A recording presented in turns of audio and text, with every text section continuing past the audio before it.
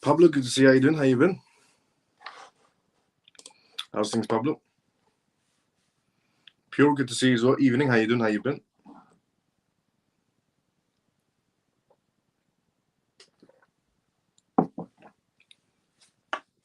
Joe, good to see you as well. Evening, how you doing? How you been? Good day, Miles. Mike, good to see you as well, brother. How you doing? How you been? What's up, Miles? What's up, CMF? Kerry, good to see you as well, brother. How you doing? How you been? Kamal, good to see you as well, brother. How you doing? How you been?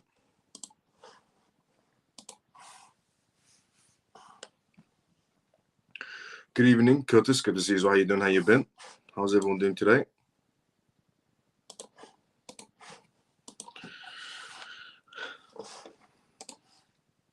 Good evening, Miles. Good to see you again. Autistic, good to see you as well. How you doing? How you been? How's things? Mickey, good to see you as well, brother. How you doing? How you been? Everyone's joining in one by one. Let's go. Okay. A lot of things, once again, have been happening. And a lot of things between the US, the UK, India and Pakistan situation is apparently, it could have some effects on the market space depending on how that goes over there. But the US and the UK, we're going to talk about on tonight's live. We're going to talk about China on tonight's live because a lot of things are happening over there.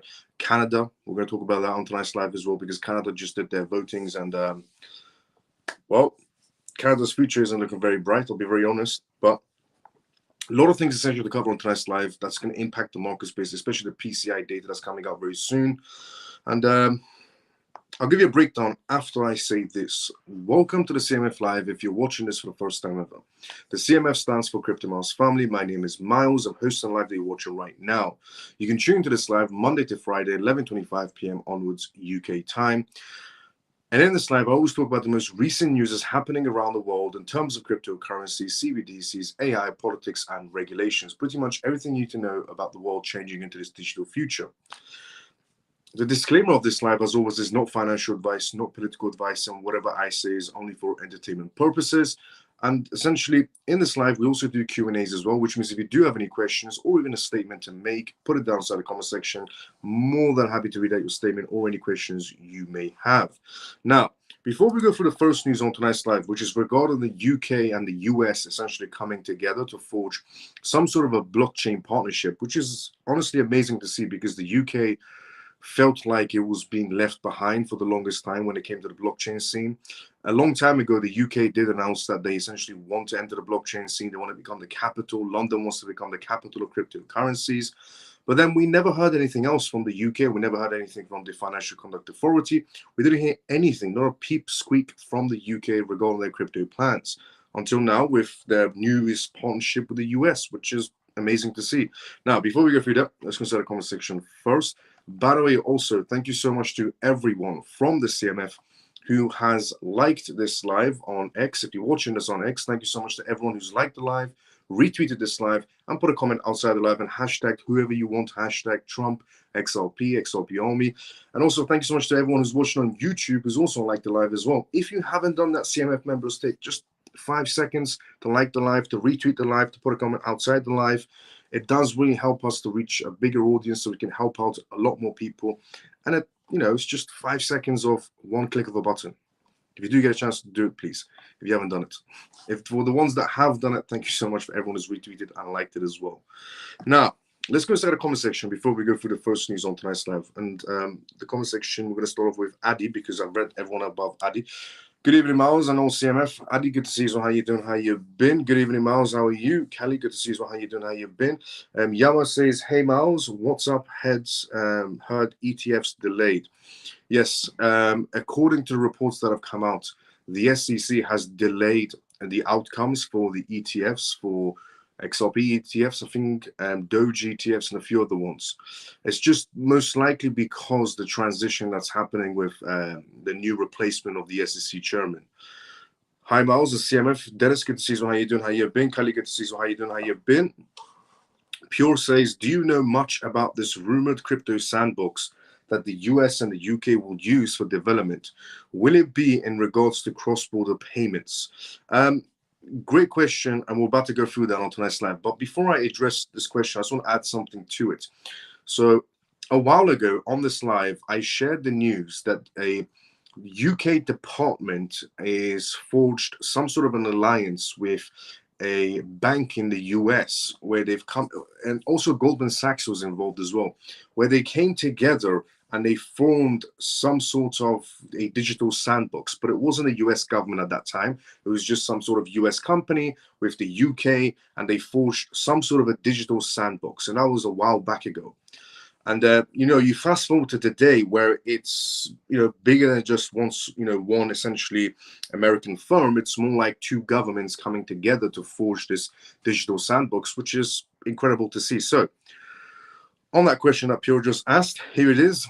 The UK and the US are forging an alliance to propel cryptocurrency adoption with new regulatory frameworks, which is incredible to see. In a landmark move reflecting the surging essentially prominence of digital assets in 2025, the United Kingdom and the essentially United States have announced plans to collaborate closely to foster the responsible adoption and regulations of cryptocurrencies.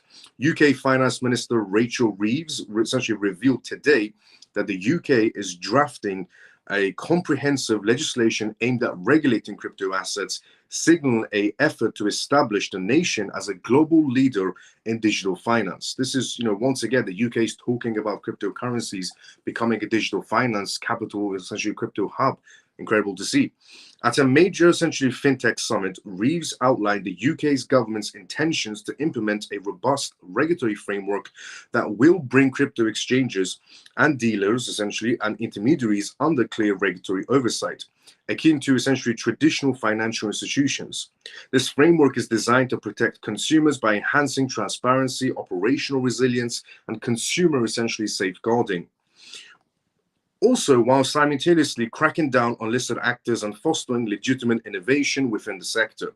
Reeves also emphasized the critical role of international cooperation in achieving these goals, highlighting the ongoing discussions with US counterparts, including the Treasury Secretary Scott Benson. The two countries are exploring mechanisms such as essentially creating some sort of a regulatory sandbox, championed by the US SEC Commissioner Hester Pierce, to enable cross-border collaborations on compliant digital securities and other crypto innovations. So, to answer your question, Pure, does the US and UK's digital sandbox development have some sort of a strings and ties to cross-border payments? Apparently, yes, according to Rachel Reeves. This partnership aimed essentially to a significant rise in cryptocurrency adoptions, with the UK's crypto ownership essentially tripling from 4% in 2021 to 12% essentially in 2024. Reflecting a broader global trend. The UK government's draft legislation aims to balance consumer protection with maintaining an attractive environment for fintech growth and investments. The US, under essentially President Trump's administration, is also advancing a more crypto-friendly regulatory stance, softening previous essentially warnings and clarifying the rules for regulated financial institutions in holding digital assets. This alignment is in the regulatory of philosophies between the US and the UK is set to be a very groundbreaking essentially standards that could accelerate the mainstream integration of cryptocurrencies on both sides of the Atlantic. Now, Rachel Reeves stated these words: "For the UK to be a world leader in digital assets, international cooperation is vital, underscoring the importance of this effort to shape the future of digital finance responsibly and sustainably. The UK government plans to finalize and enact the new crypto regulations later this year, following a consultations with such industry stakeholders. This initiative is a part of a broader plan for change for the United Kingdom, agenda aimed at making Britain the safest and most essentially innovative hub for digital assets worldwide." So the UK and the US coming together, it's not just for a digital sandbox, which is essentially used for blockchain projects to test out their projects so that governments or corporations can see what they're capable of before they implement on a wide scale, but it's also for cross-border purposes, which it does really show that the world is accelerating to cross-border payments, which is brilliant to see, because not only do we need regulations for domestic purposes when it comes to cryptocurrencies for each jurisdiction around the world, but we also need that international cooperation happening when it comes to cross borders, So this is great to see, because the UK, for the longest time, they were far behind than any other jurisdiction out there. The last time the UK mentioned essentially that they want to be a crypto hub was, the United Kingdom's previous prime minister said they want to become the hub of cryptocurrencies. And until when he made that speech, the previous prime minister, until now, we haven't heard anything from the UK regarding becoming some sort of a digital hub until now, which is incredible to see.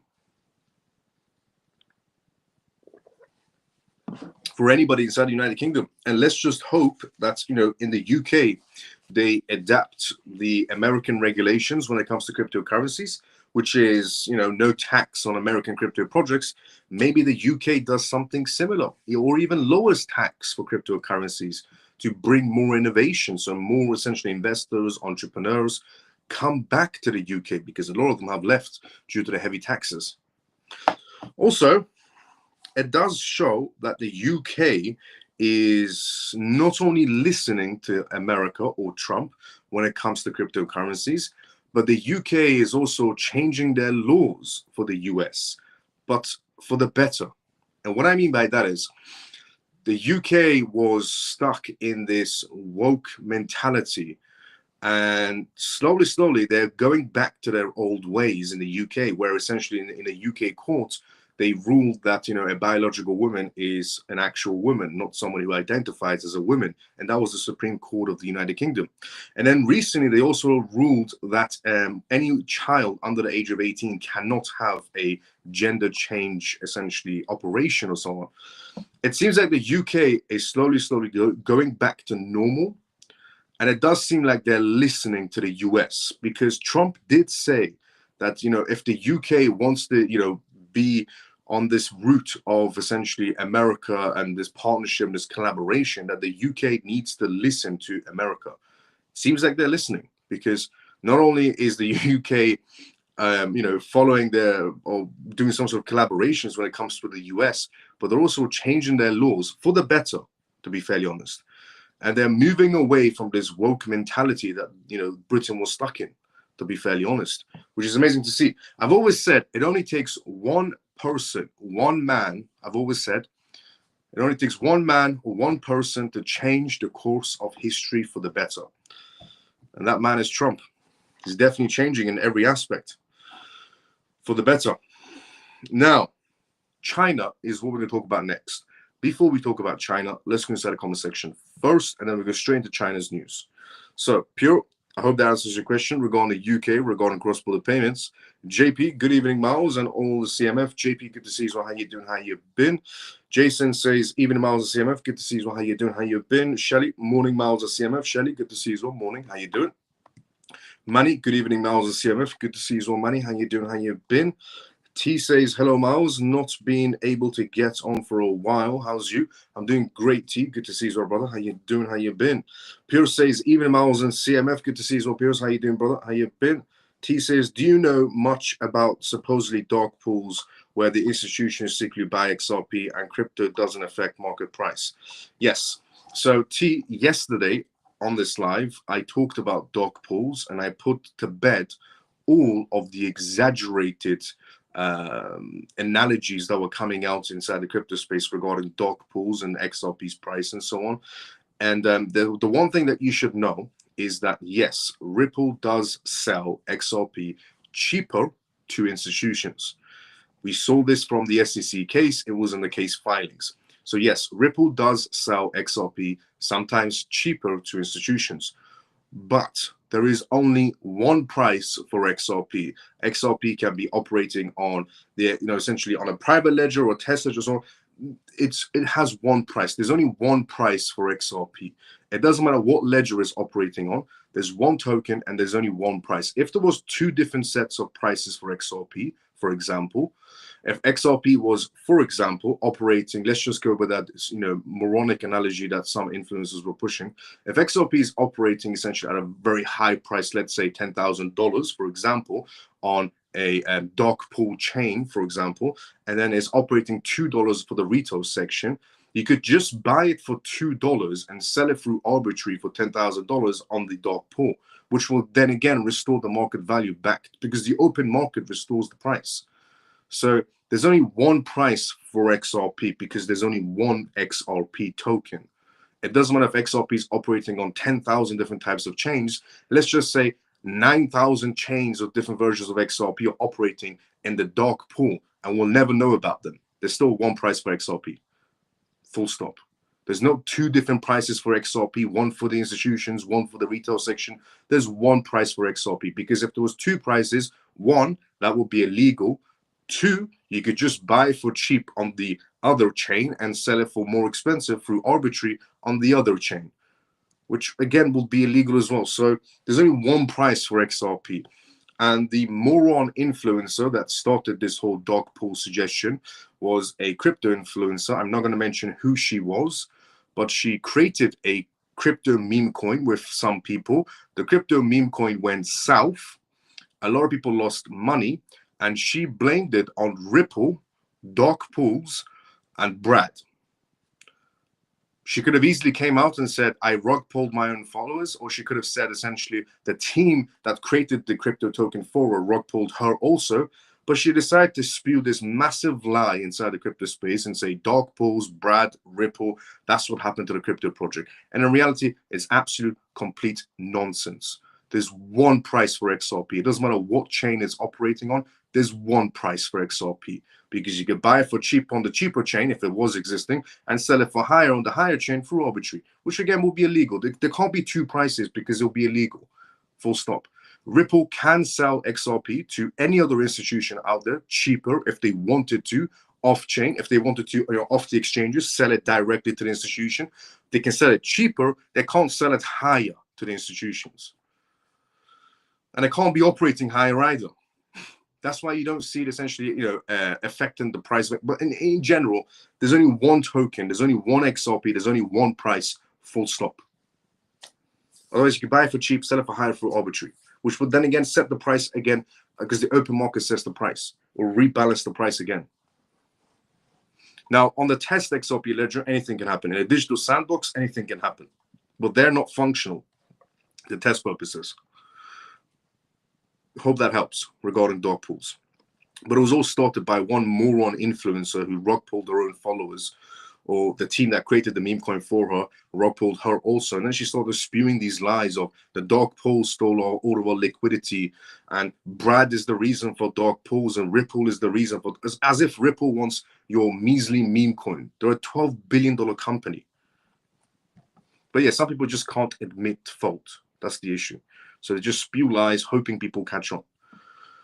I hope the UK, I hope that helps T or anybody else that was still stuck on dark pools. I hope the UK will follow the US in regards to zero capital gains tax for crypto. This will boost crypto profile in the UK, and investors will flood in. Facts, pure, absolutely facts.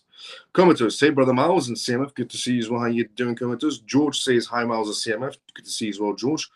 How you doing? Ray says, even Miles and CMF, definitely for the better though. Let's go, Ray. Facts. At this rate of all alignments to the US and UK will soon become the next state of America. Hope so. Pure, thanks for the info. It was perfect as usual. Let's go, Pure. Scott says, hello, Miles and CMF. I hope everyone is doing well. Good to see you as well, brother. How you doing, Scott? Shelly says, brilliant explanation, Miles. Thank you so much, Shelly. Now, China.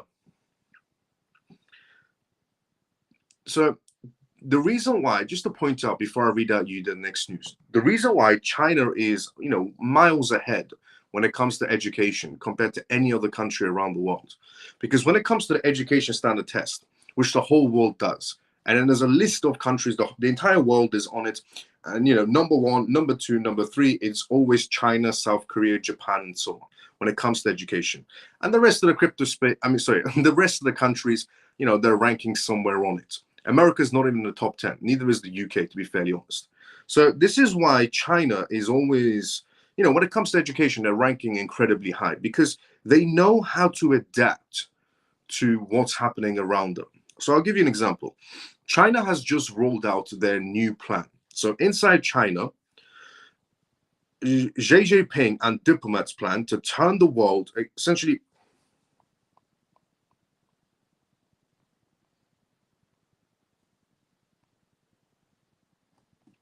You know what? I'll share you that news a little bit later on. Before I share you that news, let me share you this one. Let me share you this one before I share you that one. So, first, let me show you this. Inside China, Xi Jinping and diplomats plan to turn the world against the US as Trump cuts trade deals. So China apparently has reportedly been conducting a global diplomatic campaign to oppose President Donald Trump's new trade deals with US allies. According to a Bloomberg report that came out today, Beijing is trying to reaffirm itself as a global rules-based order defender and make other countries see Washington as an unreliable trading partner. Now, I said this a while ago that China wants to become number one. And if Kamala Harris won the presidency, thank God she didn't, but if Kamala Harris won the presidency, then China would have eventually became the number one nation around the whole world. And they would have essentially slowly taken America's position because Biden couldn't care less about the BRICS nations and going against the US dollars, whereas Trump does. And that's why BRICS completely fell apart. But it turns out that according to a new Bloomberg report that came out, China was, in fact, planning on turning every country or any country they can against the US. President Xi Jinping is unhappy about the 90-day window Trump has granted to nations, excluding China, to negotiate essentially trade agreements without facing immediate tariff hikes. Chinese officials, aware that the move is designed to give the US leverage in future negotiations, are warning other nations that Trump is using a divide and conquer strategy to pit countries against Beijing. Diplomats aligned with President Xi Jinping have traveled to several capitals, urging leaders not to fall for Trump's proposal. China is sending their diplomats around the world right now. Chinese government is sending their diplomats around the world, telling leaders of other countries around the world to not form a partnership with the US and instead form a partnership or collaboration with China. Diplomats aligned with President Xi Jinping have traveled to several capitals, urging leaders not to fall for Trump's proposals. According to officials, the United States cannot be trusted and is an economic bully, is what China is saying. Chinese government appears confident it can absorb the economic shock of tariffs better than smaller economies. Since Trump's last trade war, Beijing has invested in diversifying its supply chains and strengthening essentially internal markets. President Xi Jinping has so far resisted direct engagements with Trump, demanding that the US take the first step towards de-escalation by lifting tariffs. Chinese officials are calling their resistance a defense of the global economic system, not merely essentially a nation interest. This is not just about China and US, said Wu, the director of Fudan essentially University Center for American Studies.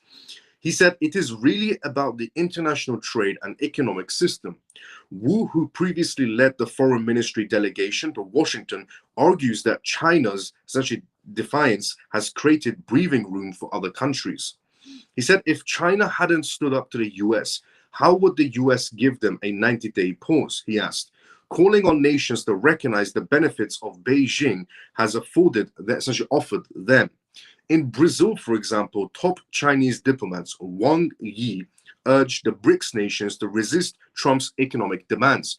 Apparently, China is trying to go back to BRICS. Everybody remember BRICS? Brazil, Russia, China, India, South Africa? Yeah, that fell apart very quickly when Trump became president. Russia essentially said that they're no longer going to be creating any sort of currency to go against the US dollars because they're scared of Trump. India said they're no longer going to be creating a currency to go against essentially the US dollars when Trump became president as well. South Africa dropped all of their plans. Brazil is not going for a currency that goes against the US dollars anymore. So BRICS completely fell apart, which angered the Chinese government because BRICS was that final step for China to get control. The Chinese government always wanted to become number one. And when Trump became president, that plan crumbled right before their eyes. Until now, they're still, fuming, absolutely fuming that Trump won the presidency, that Trump is pressuring China, that BRICS has fell apart completely. They're just absolutely fuming, and they don't want to give it up. It's come to a part where they're essentially sending their own diplomats around the world to tell other countries Trump is a bad man and is a bully, and that you should sign with China instead of the US. The US is obviously going to get every country, well, the bigger countries, to sign with the US. That's guaranteed. The US is going to get the majority of countries to sign with them. The smaller ones want to join China, they can join whoever they want. But the majority will join the US, which means the next step for the US to put pressure on China would be sanctions, which will damage their economy incredibly bad, which means they're going to have difficulties selling their products. And, you know, China being the biggest exporter of the world, pretty much, they produce everything, you could say. But if they can't sell it because they're sanctioned, that would collapse their economy. Because who are they going to sell it to? Themselves? Or they could sell it for discounted, you could say 90% discounted prices to countries who want to buy from them who don't care about sanctions. But that's not going to be Russia or India because they're too scared. If Russia and India weren't scared of the US, they would have stood up to the US and said to Trump, we're going to create a BRICS currency. But when Trump became president, Russia said, who said we're creating a BRICS currencies to go against the US dollars? We're not doing that. India said the same thing because India and Russia are both scared. Yeah, look, BRICS fell apart. China is fuming. Other things that China had in place fell apart because of Trump as well. China's fuming even more, which is why they're sending their diplomats around the world to tell every country that Trump is bullying everyone and that they should join China. This is what you call desperation. When a government is sending people all around the world to tell them another country is bullying them, they should go with them instead. This is desperation, is what's happening from China. For example, essentially in Brazil, the top Chinese diplomats, Wang Yu, urged the BRICS nations to resist Trump's economic demands. He said, if you choose to remain silent, China said to the BRICS nations, okay, so Brazil, Russia, India, South Africa, China said to the BRICS nations, if you choose to remain silent, compromise and retreat, it will only allow them essentially to bully and to become more aggressive. So China is sending a message to the BRICS nations to stand up against the US and not to stay silent. Unfortunately for China, Russia and India have chosen silence. Chinese Foreign Ministry later released an English subtitled video calling the United States an imperialist force. The film essentially mentioned historical examples such as the US restrictions on Japanese exports that hurt firms like Toshiba. China is also creating videos in English subtitles to tell the world that America is a bully and people should stand up to them. Some US allies within the European Union bloc have opposed China's tariffs, but they are not rushing to align with China. They are essentially worried that China will dump cheap goods into European markets with no access to the US economy. And that is the main reason, essentially, why a lot of countries would prefer to choose the US rather than partner with China. Because they're afraid if they drop the US as a partner, for example, the EU, the European economy, is scared that if they drop the US as a partner and join China, for example, never going to happen, but let's just say, they're scared that the Chinese essentially government will slowly push all of their products, starting with vehicles to any other product out there that China makes, into the EU, which will essentially slowly erode European businesses. European businesses will just go bust because no one wants to buy a Mercedes, Audi, Volkswagen, BMW. Let's just say some people still might want to buy German cars. But if you have Chinese cars coming across the border in the EU, all shapes, all different sizes, all different brands, and they're going for £10,000, 10,000 euros, 5,000 euros, brand new cars. Why would anybody go and buy a BMW for 30,000, 40,000? Why would anybody go buy a Mercedes for 60,000, for 80,000, when they could buy a Chinese car for like 10,000 or 20,000, brand new, with all the option extras? So that is what the EU is scared of, that if they drop the US as a partner and they join China, that China will just take over the EU with everything, and that EU companies and EU brands will just eventually go bust, and it will be just Chinese businesses all over the EU, which will that essentially mean that China will control and dictate what path the EU takes next. But if the EU remains in the middle, if the EU is a partner of the US, it's a partner of China, then it still can dictate its own path in a way. But if they drop the US and join China, then China will push all their products into the EU, which will damage the EU's economy in the long term.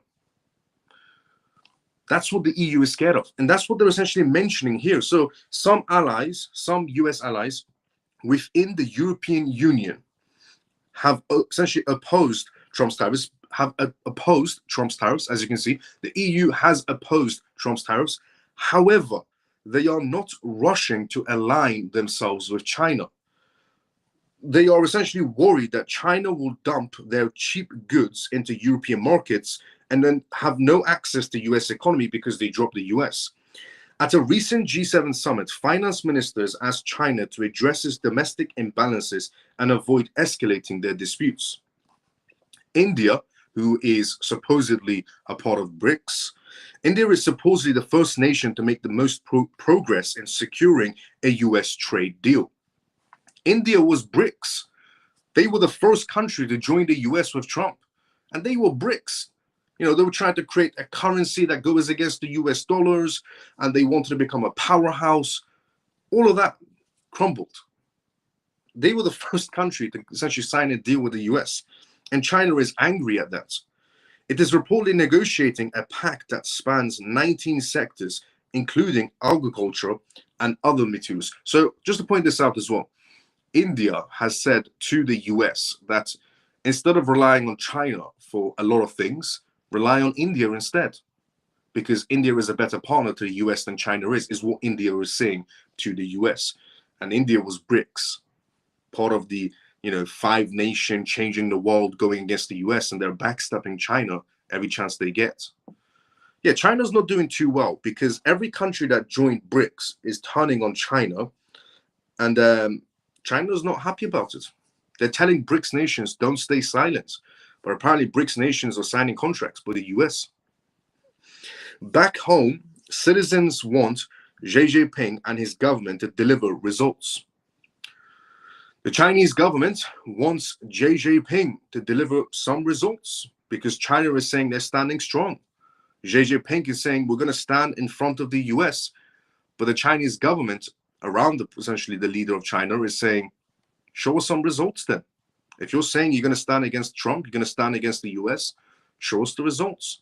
It also seems like the Chinese government is crumbling within because people are losing patience in the Chinese government with the Chinese leader because he's not showing results.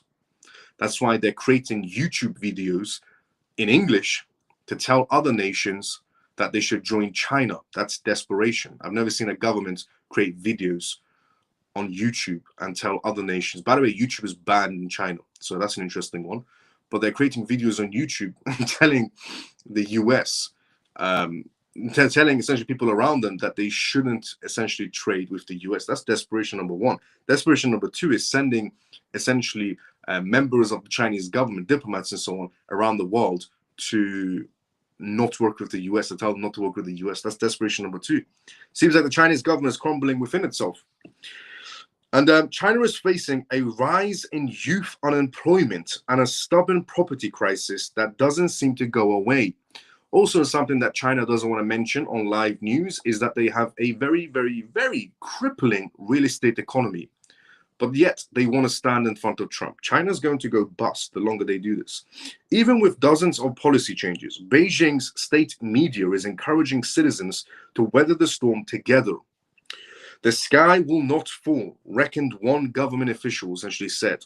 Chinese Premier essentially Li Qiang recently contacted Japanese Prime Minister to help Beijing fight US tariffs. To his relief, Japanese officials have been reluctant to join any American-led bloc against China, their largest trading partner. Lower essentially level Chinese delegations have also been essentially dispatched to scout new export markets. Officials have been tasked with building trade relationships abroad, especially in Latin American countries like Argentina. China apparently has decided to go after Latin American countries, one of them being essentially Argentina or El Salvador and so on, which I don't think they're going to join China, to be fairly honest. But, you know, if you wanted to know who's winning the trade battle, is it China or is it the US? Yeah, it's definitely the US, because even BRICS nations are joining the US.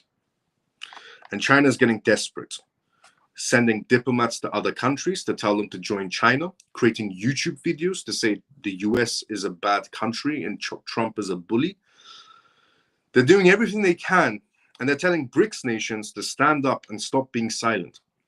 And the Chinese government from within is telling the Chinese leader, show us the results.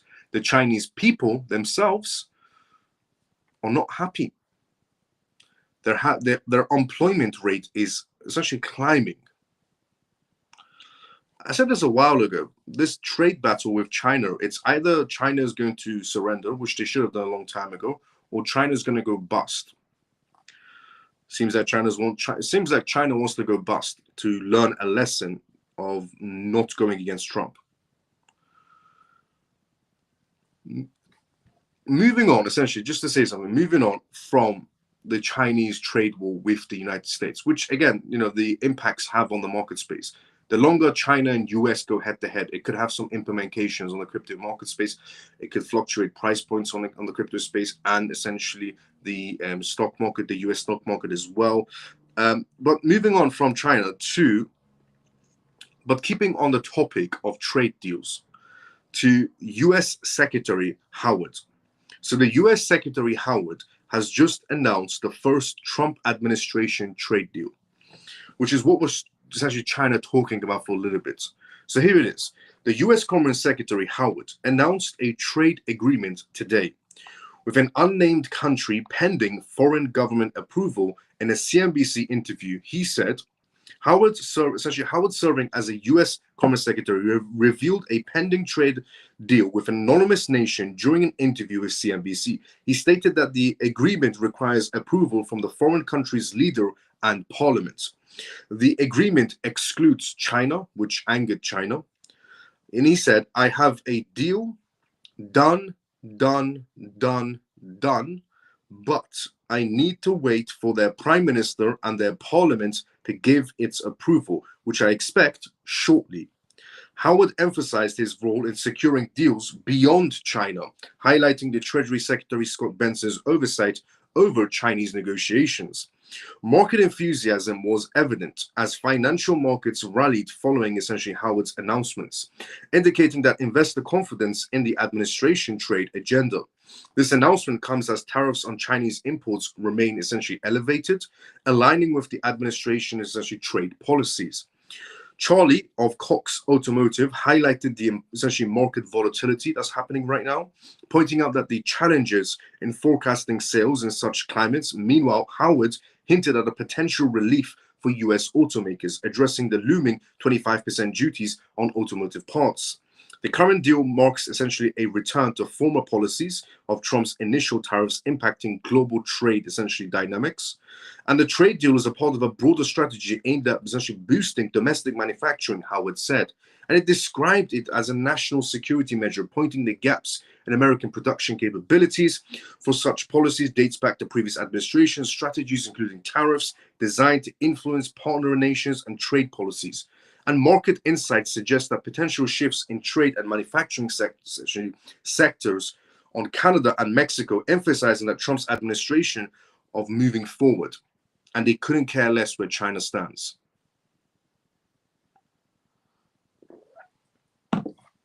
So it seems like the US is about to be revealing new trade partners, and China's losing their position, which, if the US announces new trade partners, it should have a positive impact on the stock market. And if Bitcoin is still following stock techs, Bitcoin will have a positive impact on that news once that announcement is made of which country it is, depending on how large the country is. Now, what we're going to talk about next is Dubai. But before we talk about Dubai, let's go inside the comment section first. As I said previously, this is live, which means if you do have any questions or a statement to make, Put it down in the comment section. More than happy to answer the questions or essentially read out your statements that you may have. So let's see where we were at. We were at this. Carlos says, hi, Big Boss, Crypto Miles. What do you think about the Blog DAG new project? What do I think about the Blog DAG new project? I don't know what that project is, to be fairly honest. If you want, write it as a comment outside the live on YouTube. I'll take a look into it and tell you essentially to give you a better perspective on it. I had to look into it to see contracts, partnerships, if they have any sort of licensings. Even Miles, do you think the Chinese remedy will be competition for Ripple's XRP Ledger? Mac, good to see as well. How you doing? No, it's not going to be a competition in any sort of way. The XRP Ledger's only competition is the XRP Ledger. Is the only thing I can pretty much say. Good evening, Miles. But Mac, no, I don't think it's going to have any sort of competition. Good evening, Miles. I'm muted from the comment section. Not sure why that is. Lena, I don't know why that is. I've used a different device to comment, but not my phone. Okay, that's a bit weird. But good to see you, Lena. How you doing? How you been? Trade with Ashen says hello. Hello. How you doing? Hello. Lena says I'm muted on my usual account on phone, so I'm using a different device. No problem. That is weird how you're muted. I don't know why. Scott says, share the live. Let's go, Scott. Alex says, hey, Miles, what are you hearing about China and the US in talks about the tariffs? That's what I'm hearing. Sorry, Miles, spelled your name wrong. My autospeller has a mind of its own. No problem. Yeah, regarding China and the US, it's not looking good for China. It's looking quite brilliantly for the US, to be fairly honest. And if China doesn't give up this, charade that's going on, they're going to go bust eventually. Leaf says, what are those dark pools I'm hearing about? The dark pools that you're hearing about, absolute nonsense is what they are. Complete nonsense. Now, also, Leaf, at the beginning of the live, I explained what dark pools are.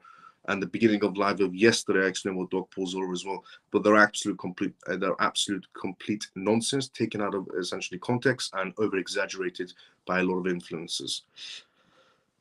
Now, Trump Tower. Trump Tower in Dubai has embraced crypto payments for luxury properties. So, in a move that is sending ripples through both the cryptocurrency sector and luxury real estate markets, Eric Trump, son of essentially US President Donald Trump, has confirmed that properties at the prestigious Trump Tower in Dubai will now be available for purchase using cryptocurrencies. This announcement, initially reported essentially on Bloomberg, signals a significant step towards integrating digital currencies in high-value asset transactions. For years, the idea of buying properties using cryptocurrencies has been a topic of discussion, often essentially confined to niche markets or essentially early adopters. The decision by the brand, as a globally recognized as Trump, essentially especially concerning the high-profile developments like Trump Tower Dubai, essentially leads into considerable weight and mainstream attention to the concept of real estate crypto transactions. The adoption of cryptocurrencies as a payment method in luxury real estate markets like Dubai is more than just a transactional shift. It's a culture that's happening and also a technological statement. It suggests that a recognition of growing wealth held in digital assets and the eagerness to tap into global pools of potential buyers who may prefer or require the use of crypto. What they're trying to suggest is that because Trump Tower is now selling their properties using cryptocurrencies, it should give essentially a lot of other businesses around the world that confidence they need to start accepting cryptocurrencies. Because if they're selling, essentially high luxury properties or high luxury apartments or penthouses using cryptocurrencies, and it's Trump Tower, it's not just a random company, then it should essentially give other businesses that mindset of maybe we should start accepting cryptocurrencies if they're selling real estate, if they're selling essentially $10 million apartments or $20 million apartments. So expanding buyer pool is what it does. Here's some bullet points. It opens the market to individuals who have accumulated significant wealth through cryptocurrency investments and are looking to diversify into tangible assets like real estate. Global accessibility. Cryptocurrency transactions can bypass traditional international banking hurdles, potentially simplifying cross-border deals for buyers around the world. Modernizing transactions. It positions developments as forward-thinking and technological advance, appealing to a demographic that is essentially comfortable with digital finance, setting a precedent. If successful, this move could encourage other luxury developers and real estate firms globally to explore accepting crypto payments. The confirmation from Eric Trump that Trump Tower Dubai will accept crypto payments marks a notable essentially movement in the essentially of digital assets and traditional high-value markets like luxury real estate. It also underscores the increasing legitimacy and utility of cryptocurrencies beyond just investment vehicles. While challenges related to volatility, regulation, and transactions and logistics remain, this move by a prominent brand in a major global city like Dubai is a strong indicator that real estate crypto transactions, potentially including Bitcoin or other cryptocurrencies, those are real estate deals, are becoming a more integral part, essentially, of the global property landscape. As the cryptocurrency market matures and regulatory frameworks evolve, we can essentially expect to see more developments following suit, further bringing the gap between digital wealth and physical assets. This is amazing to see. It might be just, essentially one basic news of Trump Tower accepting cryptocurrencies for high luxury real estate, and people might just overlook that news. But if this is successful, it's definitely going to give a green light to other real estate firms around the world to start accepting cryptocurrencies, or even essentially automotive essentially companies or businesses around the world to think to themselves, well, the Trump Tower was successful in cryptocurrencies, selling their properties, then why don't we start accepting cryptocurrencies as well? It shows that cryptocurrencies are maturing. So it isn't type of news that people should overlook and think, oh, Trump Tower is accepting cryptocurrencies, not a big news. It is if it's successful, which I do believe it's going to become very successful, and people are definitely going to be buying properties using cryptocurrencies in Trump Tower in Dubai. And when that's proven to be successful, more businesses will follow that essentially blueprint of accepting cryptocurrencies, which just makes crypto look more mature, which is what we want. Also, by the way, I have my own blockchain company by the name of CoinMove. Relative to this news I just read right now, that is essentially you could buy properties using cryptocurrencies. It's just a blockchain startup company. It hasn't essentially been fully developed, but soon you're going to be able to buy properties using CoinMove, my own essentially company as well, buying properties using cryptocurrencies, paying essentially your rent using cryptocurrencies. If you want to get a mortgage using cryptocurrencies, purchase vehicles using cryptocurrencies. So there's a lot of things that you can do with CoinMove. But soon to come. If you do want to go and check it out, it's on Google. Just type in coinmove.one. It's the first website on Google. Now, moving on from that to European Neobank. European Neobank, essentially Bank Teams, which is essentially Europe's second largest neobank, has teamed up with a cryptocurrency exchange by the name of Kraken, which is incredible news. So Europe's second largest bank has just teamed up with Kraken Exchange to introduce crypto trading directly within its banking app, which again shows that crypto is maturing, marking essentially a significant step towards integrating traditional finance with digital assets. The crypto trading for bank users is now available in regions of Netherlands, France, Spain, Ireland, Italy, and Belgium, with plans to expand across the European essentially economic area, the UK, and the US in the coming months. The partnership responds to the growing user demand for seamless finance platforms that combine banking, savings, and crypto investing at one place. With a user base of over essentially 12 million, Bank will leverage Kraken's infrastructure to offer access to more than 290 countries, including Bitcoin, Ethereum, and Solana, and other cryptocurrencies. There's about 290 cryptocurrencies they're going to accept. With this integration, Bank continues to diversify its offerings with recent additions of stock trading options for users also. Now the launch of crypto trading features aligns with the European Markets in Crypto Assets (MiCA) regulations, which took effect essentially in June 2023, establishing the essentially uniform rules for crypto assets across the EU. However, expanding into the UK and US will require navigating stricter regulatory frameworks, including the UK's Financial Conduct Authority, which is their FCA, guidelines, and the US oversight, especially following the recent high profiles and crypto enforcement actions. This partnership sets essentially a new benchmark for fintech innovation while putting pressure on legacy banks to adopt essentially to adapt to the growing demands for integrated crypto solutions. As bank eyes further global expansions, its ability to balance innovation with compliance will be key to its success in evolving financial landscapes. So, Europe's second largest neobank, which is essentially the online banking apps that we have, like Revolut Bank and so on, has just joined the crypto space. Second largest in Europe, bank, neobank, by partnering with Kraken. Now, what we're going to be expecting, moving on from that, amazing news, incredible news to be fairly honest, shows once again the crypto space is maturing.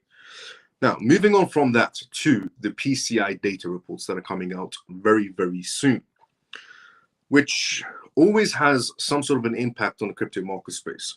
So, PCI inflation data expected to impact crypto markets.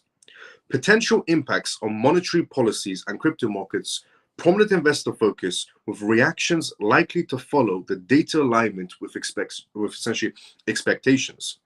The upcoming releases of PCE inflation data is highly anticipated in the crypto markets. Bitcoin's recent volatility essentially underscores the market's sensitivity to economic indicators. Concerns essentially over Federal Reserve policy adjustments are forefront in the investor considerations. Bitcoin essentially fell to $104,600 following previous PCI data releases, demonstrating its vulnerability to inflation trends. Current projections suggest as a March core inflation rate of 2.6%, a slight decrease, still above the Federal Reserve's targets.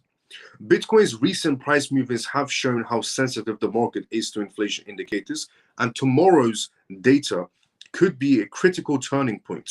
Mike Thompson, essentially the crypto strategist at Market Watch, the overall crypto market exhibits bearish signals, possibly indicating a bear flag pattern. Investors express caution ahead of the new data, essentially reflecting historical responses to inflation metrics.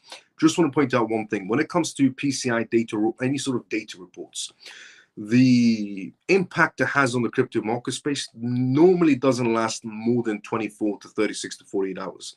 After that, the impact pretty much goes away, and it's this some other news that's impacting the crypto market space. So it doesn't, essentially linger too much inside the crypto space regarding when the data does get released. It's always been proven in the past as well. But if inflation essentially decreases more than expected, potential rate cuts by the Fed could boost crypto markets. But we all know for a fact that Jerome Powell is reluctant to doing any sort of rate cuts for some obvious reason, because he hates Trump. The Fed chairman hates Trump. Trump hates Jerome Powell. He wants to get rid of them. And the Fed chairman is willing to crash an economy if he has to, just to stand in front of Trump. He's an absolute moron, to be fairly honest. The Fed chairman, absolute moron. Now, his history has shown essentially increasing inflation data often leads to market sell-offs due to rate policy concerns.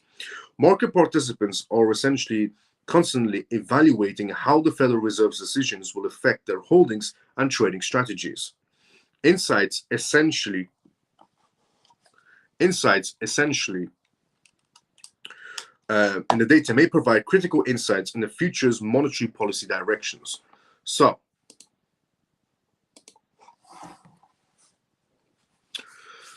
PCI data is coming out tomorrow. By tomorrow, I mean today, technically, because it's 12:22 a.m. right now in London, which means technically today, the PCI data is going to be coming out.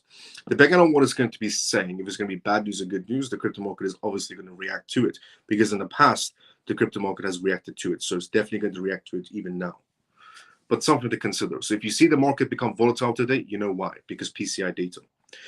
Now, Beijing is what we talk about next. Before we talk about Beijing, let's go to the comment section first, just in case there are any sort of questions to be answered. And then we go straight into the Beijing news. You always bring clarity to my questions. Much respect always. Let's go, Mac. No problem, brother. Anytime. Now, Beijing. So what I was talking about previously regarding when it comes to education is that Beijing's, in terms of China in general, the reason why China is ahead of the majority of countries around the world when it comes to advancing, innovating, and so on is because they take education incredibly serious. Where in China, they're trying to, essentially create the next entrepreneurs, create the next essentially engineers or architectures and so on. In other countries around the world, they're still trying to, discuss what's a man or what's a woman. They're still trying to figure that out. Whereas in China, they're trying to find the next engineers, the next developers, the next people that are going to essentially elevate their country even further. And that's why, when there's a study done around the whole world every year to see which country ranks where in terms of education, countries like China, South Korea, Japan, Iran are always leading in number 1 to number 5. Whereas the US, the UK, and all these other Western countries, they're ranking, below the top 20s in most cases. So this is what China's essentially next plan is. Beijing's blockchain blueprint fast tracks AI, finance, and healthcare. So Beijing's authorities have released an action plan outlining the blockchain development goals through 2027. The strategy ties blockchain innovation directly to key sectors, including artificial intelligence, healthcare, education, and financial sectors. According to the plan announced today, multiple agencies, including the Beijing essentially Science and Technology Commission, co-authored the guidelines and called for building a new digital infrastructure centered around trusted blockchain systems for the Healthcare Department of China, the Education Department of China, the Financial Services Department of China, and the Artificial Intelligence Department of China. Authorities expect to establish over 20 benchmark applications in fields such as AI model developments, insurance services, and digital identity management. The plan details essentially ambition is to construct national blockchain hubs, nodes, and essentially technical service platforms to support scalable applications across industries. Targets also include advancing privacy computing, improving cross-chain interoperability, and expanding trusted data sharing platforms. In healthcare, blockchain systems will be developed to streamline healthcare insurance claims and allow secure sharing of sensitive data. In education, platforms are slated to open up high-quality resources for AI training while ensuring regulatory compliance around data use. You can see why China always takes the ranks when it comes to essentially innovation in terms of their own country, because they take education very seriously. They essentially adapt to what's happening around them. As I said, Asian countries in terms of education, they take it very seriously, whereas the Western countries, they're still trying to figure out in college campuses what's a man and what's a woman. Whereas China is trying to figure out how they can use AI to their advantage so their youth can become more intelligent in using this infrastructure in the world we're heading.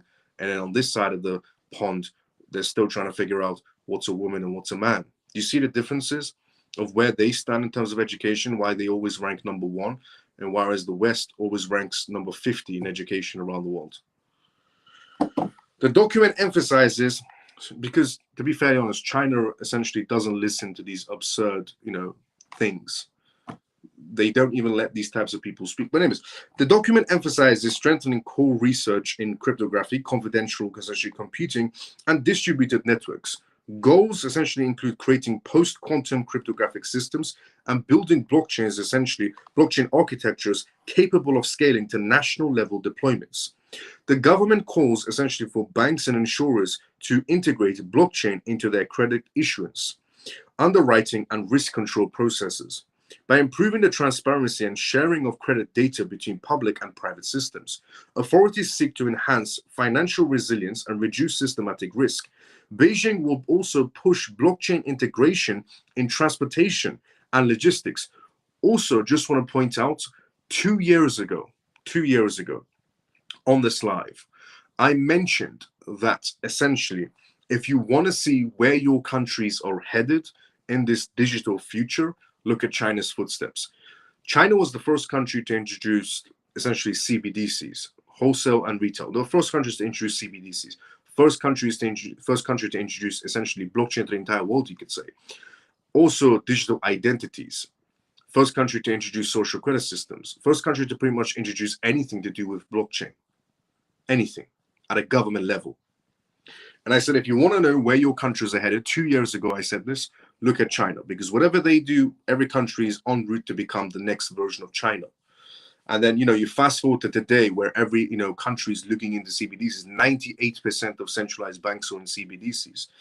And essentially, a lot of countries are looking into social identities and digital identities and so on and so on. Every footstep China's taking in this digital world is where everybody's taking. Everybody's following their footsteps into this digital world. So when China is essentially putting blockchain in their healthcare system, it's something that you're going to be seeing in your countries very soon as well, where blockchain is attached to the healthcare system.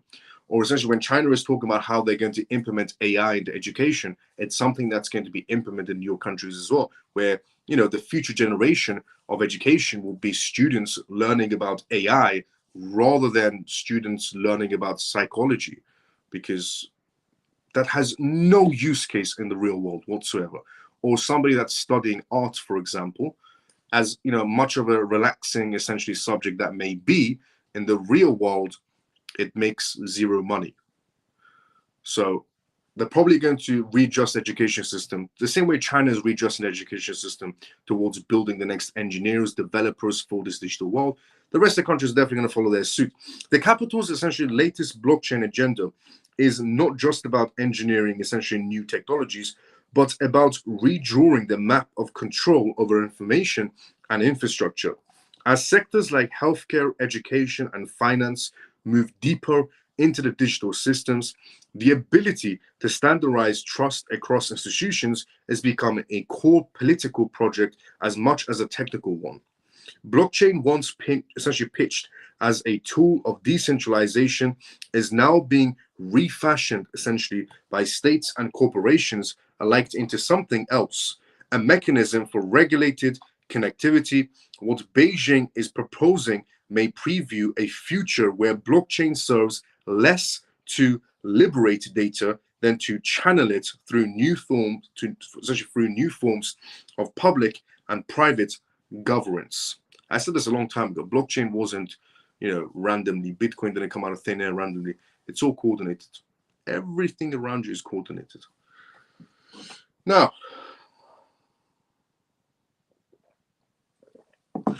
but China is honestly, what they're doing with their education system, good on them, because they're really looking out for the future of their country when they're changing everything around them to adapt to this digital future that's coming right around the corner for them, where they're teaching young kids how to use AI in schools, whereas adults in universities in the Western countries are still trying to figure out what's a man, what's a woman.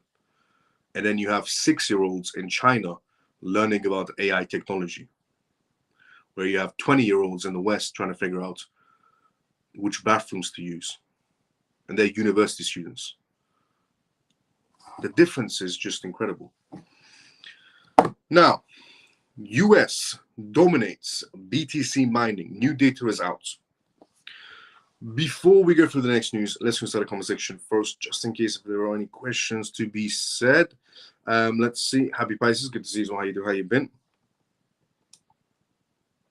Shelly, thank you so much for covering the chat with all of those emojis. Shelly, thank you so much for covering the chat with all those emojis to, essentially, so that one comment isn't the first comment everybody gets to see. Thank you for that, Shelly. Thank you for remembering to cover the comments with emojis when someone comments something moronic like that. Thank you for that, Shelly. Happy Pisces. Good to see you. How you doing? How you been? Shelly says China has already introduced AI programs into their schools at a primary level and secondary level, which is true. It's facts. They've already introduced AI into their education system. Honestly. JP, thank you so much for putting emojis as well, just like Shelly is. Now, US dominates. The 18-year-olds don't understand what to do when I give them a $20 bill and 10 cents when my food order came to $16.10. That should explain everything. US dominates BTC mining with 75.4% share. So new data is out. And the data is showing that the US is running the show when it comes to Bitcoin mining by a margin. So, according to a new research from Cambridge Center for Alternative Finance, the CCAF, North America now accounts for 82.5% of the global Bitcoin mining power. The report essentially draws from a survey responses from 49 mining companies operating across 23 countries, accounting for nearly essentially half of the Bitcoin's network's hash rate. The study essentially highlights a rise in essentially sustainable energy usage, with 52.4% of Bitcoin miners now relying on renewable essentially energies at 42.6% and nuclear only at 9.8%. That's been up essentially from 37.6% in 2022. Natural gas also became the top signal energy sources for Bitcoin mining at 38.2%, overtaking essentially coal, which dropped to 8.9% from 36.6%. So even essentially the Greenpeace party, who goes around and tells everybody to walk everywhere and reduce your carbon footprint, should be happy about that one, because Bitcoin mining in terms of energy resources is actually very sustainable. It's essentially green, let's just say. On the other hand, the network's annual electricity consumption rose by 17% to 138 essentially terawatts, approximately 0.54% of the global electricity usage. This increase came essentially despite a 24% improvement in mining equipment efficiencies, which essentially reached an estimated 28.2 joules per essentially terahash by mid essentially 2024. Electricity remains the dominant operational expense for miners, accounting for over 80% of their cash-based costs, with a median rates of reported at $45 per essential megawatts. And the industry's greenhouse gas emissions are estimated at 39.8 million metric tons of CO2 each year. About 0.08% of global emissions are basically Bitcoin miners. The study says that this number could drop to 32.9 million tons in cases where essentially flared gas is used. 70.8% essentially of miners are also reported using climate mitigation measures such as waste heat recovery and demanded essentially site responders. Meanwhile, the mining essentially hardware market, dominated by a few companies, with Bitmain, the leading essentially manufacturer, holding 82% of the market value when it comes to essentially firmware for Bitcoin mining.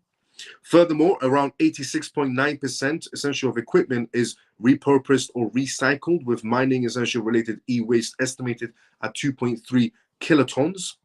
The study also shows that more Bitcoin mining is now based in North America, with the United States accounting for 75.4%, and Canada following with 7.1%.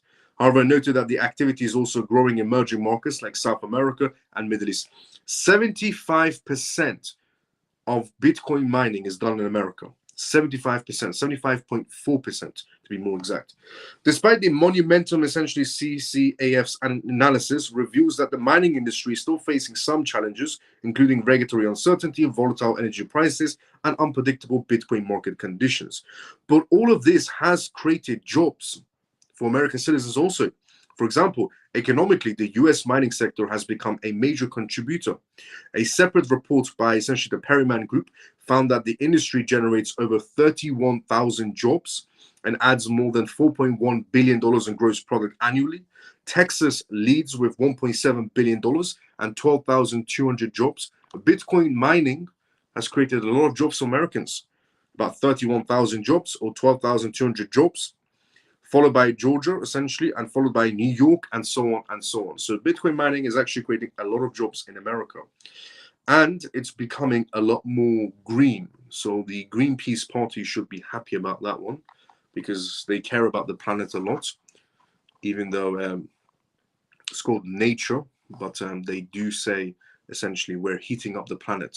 A long time ago, they said we're cooling down the planet, and the planet is going to freeze. And now the planet's changed, and they said that we're essentially heating up the planet. Give it a decade, they'll say the planet's going to freeze. Give it another decade, they'll say the planet is heating up. They're just going to play the same charade, over and over again. The only reason history repeats itself is because people forget easily. That's the only reason history will always repeat itself. Now, Italy. The Bank of Italy is what we're going to be talking about next. But before we talk about Italy, let's go inside the comment section first. Let's see what's going on there. So, the Liberals, Happy Pisces says, the Liberals have won a minority government in Canada. Mark Canary, unfortunately, at the helm, but I'm not surprised. I think he was put there as an administrator versus Prime Minister Usher in CBDCs. Yes, he was. Happy Pisces also says, good, the Liberals will blame him, even though we know this was the plan for 10 years, though. He is a smart man, but scary with his leftist thoughts, extreme leftist thoughts and plans. I agree 100%. Regarding what's happened in Canada, regarding their newest, essentially Prime Minister, good luck to Canada. Honestly, good luck to Canadian citizens. But also from Trump's perspective, when it comes to the new leader of Canada, he said he actually prefers this Mark person to be in charge of Canada because he's a pushover. Those were Trump's exact words when he was getting on a plane to fly out to somewhere, when a news journalist ran towards Trump to ask him a question. What do you think about Canada's prime? About a few months back. What do you think about the this man running in Canada and essentially taking Justin Trudeau's position? And Trump said, well, if he wins rather than the other guy, which was Pierre or something, if Mark wins, it's easier for America to push him over. But he didn't like that. The Mark person, he didn't like that whatsoever, because Mark thinks he's a strong person. In fact, Mark is just a weasel, to be fairly honest. But anyways, Bank of Italy. The Bank of Italy issues a warning about cryptocurrencies. Not the type of warning you're thinking about, but more on the sense of Italy feels like it's getting left behind. So, the Bank of Italy has issued a stern warning that the growing adoption of cryptocurrencies assets by the United States under President Donald Trump could pose essentially a significant financial stability risk. Its financial stability report from the Italy Central Bank flagged the growing vulnerabilities linked to the growth of volatile digital assets and the widening ties between the crypto ecosystem and traditional finance. This is what the Italy Bank said. The strong growth of Bitcoin and other crypto assets with high price volatility poses a risk not only to investors, but also potentially to financial stability, the report said, citing the growing interconnections between digital assets and traditional financial markets and the real economy. Since Trump's re-election, the inauguration essentially in January, the US lawmakers have stepped up efforts to regulate crypto, including legislations aimed at overseeing stablecoins, digital tokens pegged to the US dollar, and a stablecoin bill. The Bank of Italy noted that the surge in crypto prices, including highly speculative tokens, follows the new administration's pro-crypto stance and announcements. While some dollar-pegged stablecoins have maintained relative price stability, the broader crypto market remains highly volatile. European Central Bank's ECB officials echoed similar concerns. France's Francisco and Finland's essentially Olli warned against mainstream crypto adoption in terms of assets and said, I am quite concerned about the potential proliferations of crypto assets in the US. The Italian Central Bank has also highlighted systematic risk associated with widespread use of dollar-pegged stablecoins. These tokens essentially, in the short term, are backed by US Treasury securities. The bank warned that if a major stablecoin issuer runs into trouble, the rush to repay the tokens could trigger a forced sale of reserve assets, potentially rolling the US government's bond markets and creating a slipover efforts across global finance. They're saying that because the US, essentially all these US stablecoins, essentially USDT, they're not US owned, but because they're US dollar stablecoins, they have to purchase essentially US Treasury bonds. They have to, which also strengthens the US dollars, the fiat currency. But they're saying if one of these stablecoins, goes bust in some sort of way, they would have to sell their bonds, which could have, essentially some sort of implications on the US dollars, which will essentially, have major ripple effects on the crypto on the world market space in terms of currencies, because it's the US dollars, which is all true. But the chances of a depegging is quite slim to none, to be fairly honest. But USDT going bust, who knows? That one, it's a bit of a touchy subject. But in general, it's more like the Italian central bank just feels left out when it comes to regulations, to be fairly honest, or when it comes to crypto adoption. Now, I talked about essentially just a few minutes ago, about 10, 20 minutes ago on this live, I talked about how in terms of education, China is leading the way, South Korea is leading the way. Iran is also leading the way. I mean, Iran was third, and Iran's a sanctioned country in terms of education. But South Korea, China, Japan, and so on, they're always leading in terms of when it comes to education because, they care about the youth of their country when it comes to education. So, and I said that, whatever essentially those countries takes in terms of footsteps, if you want to see where your country is headed, look at China. Because whatever they do, you're doing in your jurisdictions eventually. So it seems like the US is about to be changing their education system in a way. So here it is. Howard, who is the US essentially Secretary of Commerce, has said that Howard advocates for automation in US factories, starting with this. The Commerce Secretary Howard Longton discussed US factory automation and the skilled workforce, emphasizing community college training opportunities. Howard comments highlight a shift towards skilled technical positions, with community colleges expected to play a major role in the workforce development. So it seems like the US is changing their education for college level, where they're looking for more engineers rather than art students. Howard, the Commerce Secretary, emphasized the integration of automation in US factories. He stressed that American workers should be prepared for high-tech roles, which will be facilitated by focused tradecraft training. Community colleges are anticipated to be a pivotal move for looking for more engineers and developers in the US. He said, "You're going to see the greatest surge in training for what we call tradecraft teaching, people how to essentially be robotics mechanisms, essentially robotics mechanics and engineers and electricians for high-tech factories," Howard said. So that is pretty much it. As I said, whatever footsteps China takes, it's eventually going to happen in your jurisdictions as well. So essentially, Howard outlined the roles of robotics, mechanics, and engineers in modern automated factories. He affirmed that a high school education supplement with training would suffice, positioning American workers for success in this new digital future we're heading towards. Howard's statements have sparked skepticism among essentially media commentators due to past challenges in reassuring manufacturing jobs. Despite bold claims, the feasibility of widespread job creation via this strategy remains continuous.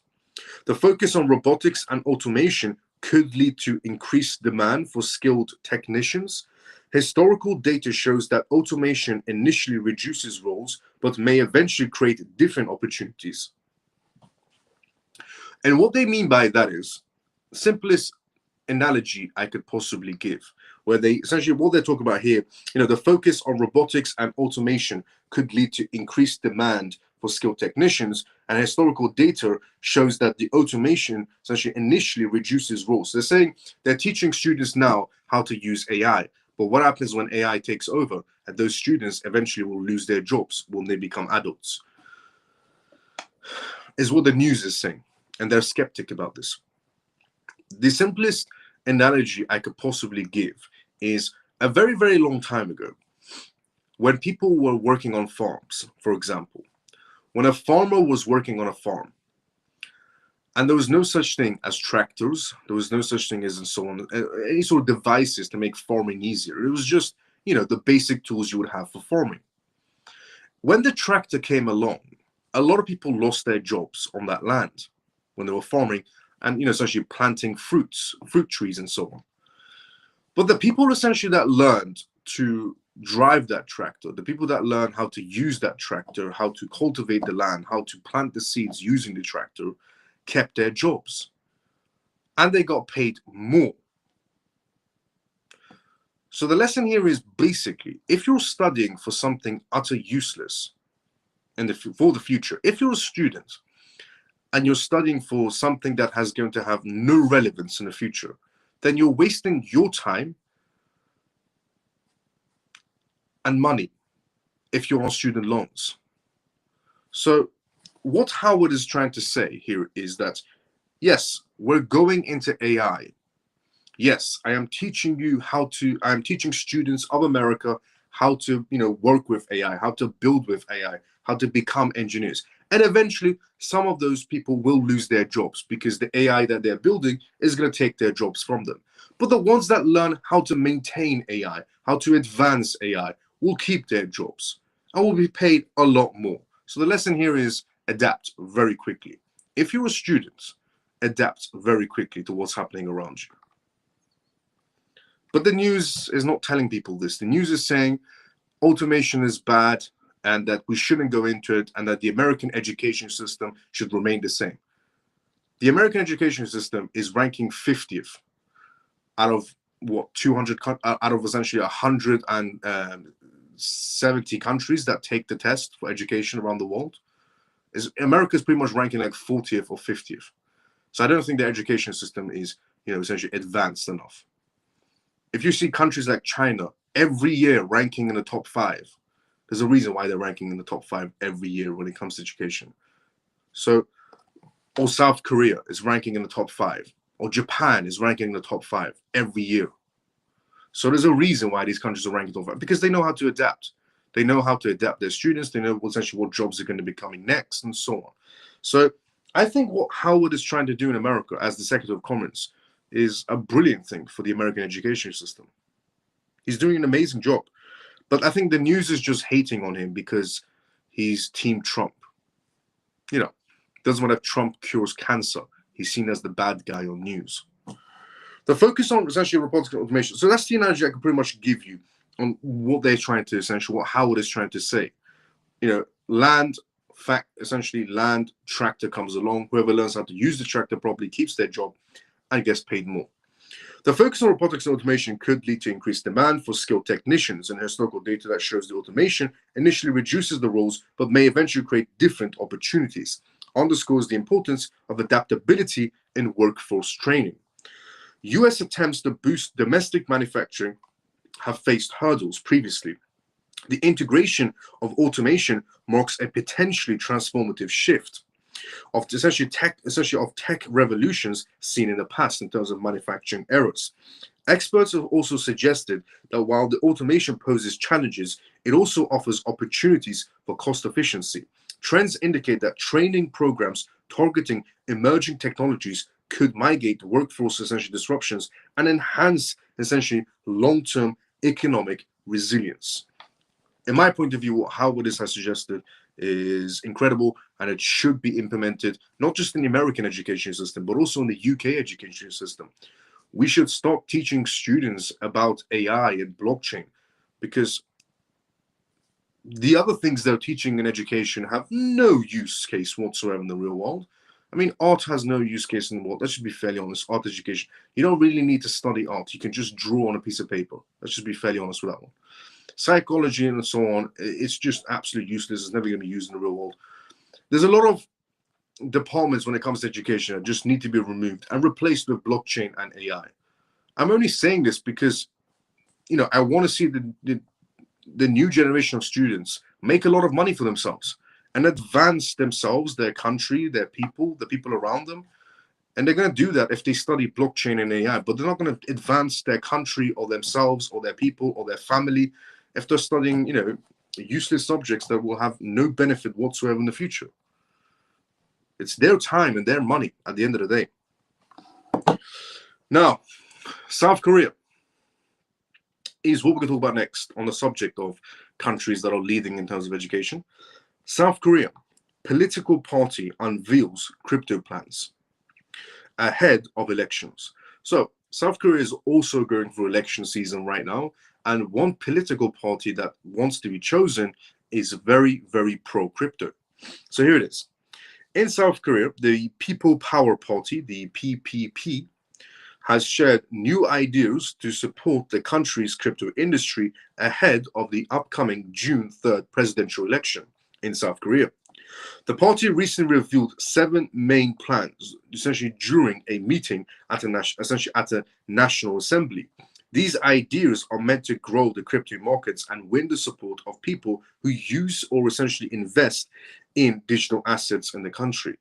The People's Power Party wants to facilitate a crypto exchange collaboration with banks and other financial institutions.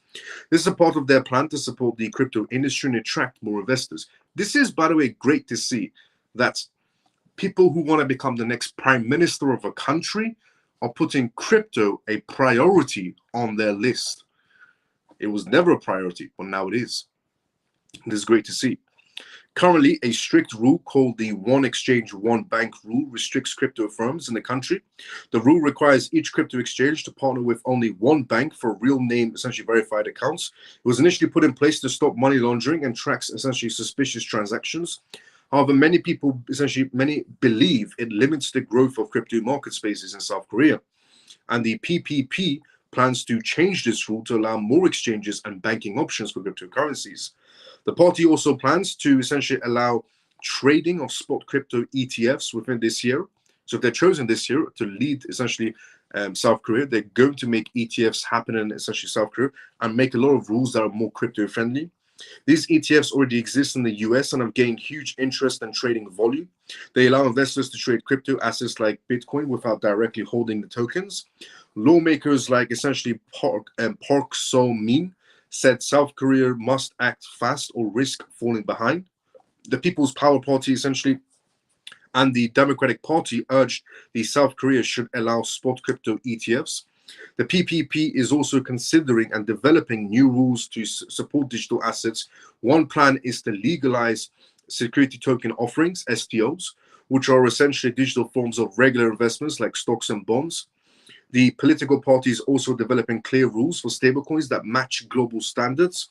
Furthermore, the People Power Party has proposed new laws called the Digital Asset Promotion Basic Act to help grow the crypto industry. The party also plans to form a special crypto committee under its presidential candidate.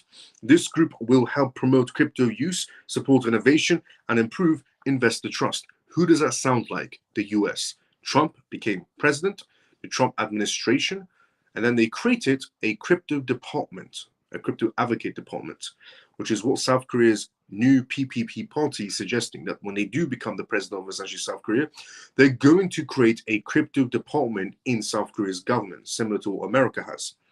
Meanwhile, South Korea's financial authorities are already easing crypto restrictions. The Financial Services Commission, FSC, said it would slowly lift the ban that prevents large investors from investing in cryptocurrencies. The agency is also working on establishing a complete regulatory framework for stablecoins, token listings, and how companies must share information when it comes to blockchain. The PPP's proposal shows that crypto is becoming an important topic in South Korea's upcoming election. The new rules could help grow the country's digital economy. So, South Korea is new, essentially, leader who wants to become South Korea's leader is making crypto a top priority, which is incredible to see. Honestly, it's once again, it's not a news that people should just look at and go, oh, okay, South Korea, political party is saying this and that about crypto and so on. It's actually quite major news because the way crypto has shifted from this speculative scam money laundering, space to a mature market space where it's being used to get votes for the next president. So it's quite a big news, actually, to be fairly honest. And South Korea is also very, very big on one particular crypto project, which is XRP.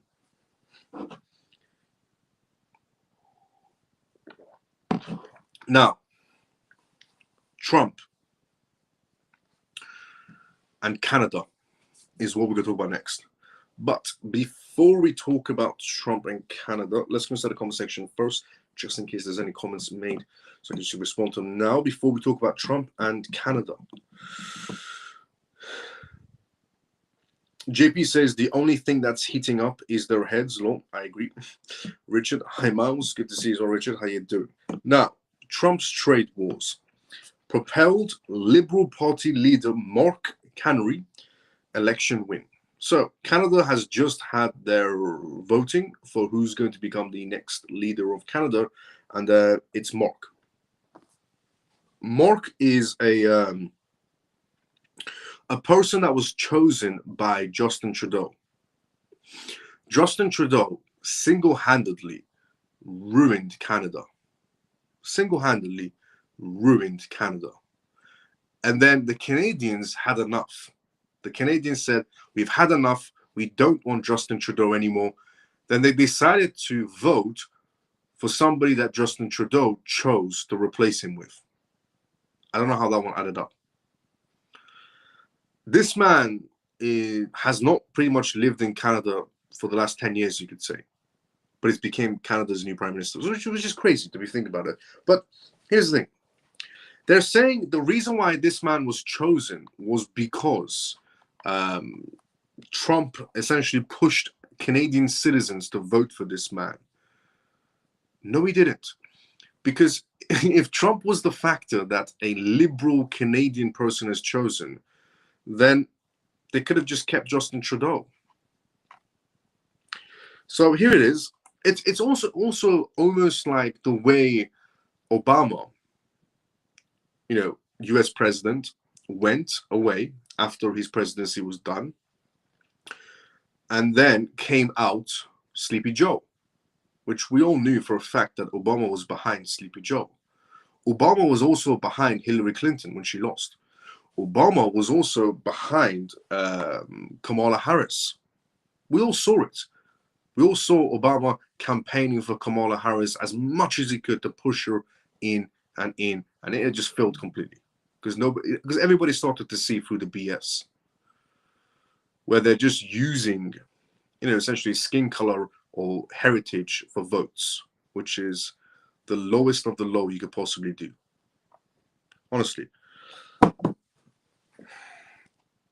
a person that's going to lead the country should stand for everyone, not just for certain groups.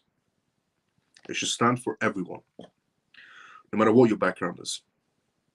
Now, Trump's trade wars essentially between the US and Canada, and Trump's joke about making Canada the 51st state, the 51st US state, helped Liberal Party leader Mark Carney win yesterday's election.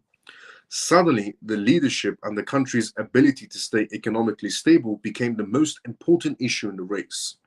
The US president's threats of tariffs and comments that weakened Canada's sovereignty had a huge impact on this election.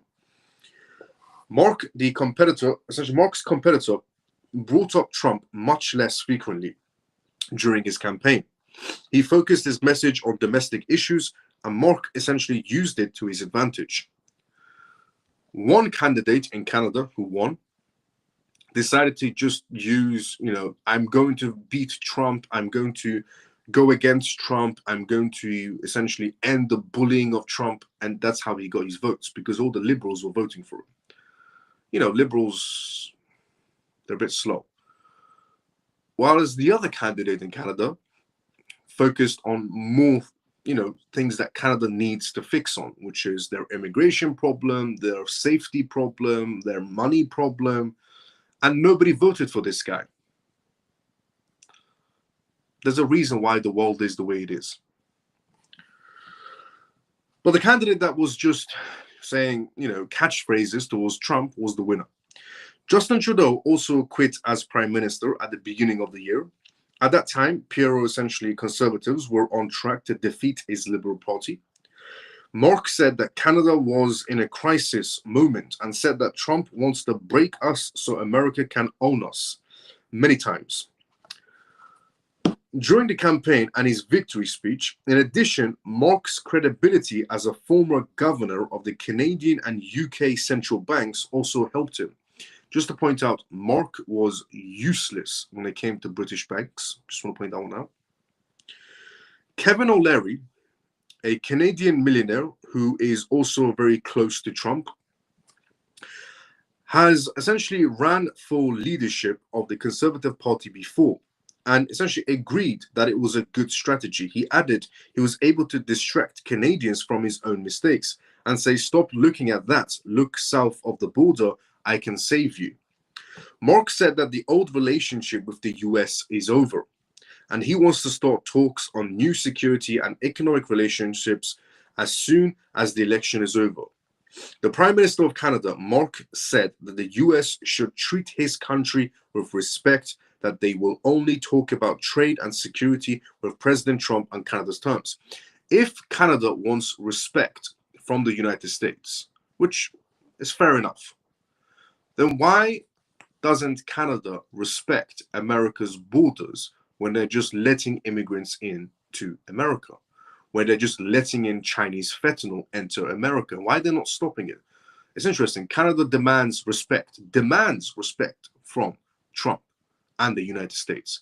But Canada couldn't care less about essentially United States borders when it comes to immigrants, because they're just walking in through Canada to the US, or the amount of fentanyl that's coming from China and entering the US through Canada. They couldn't care less about that.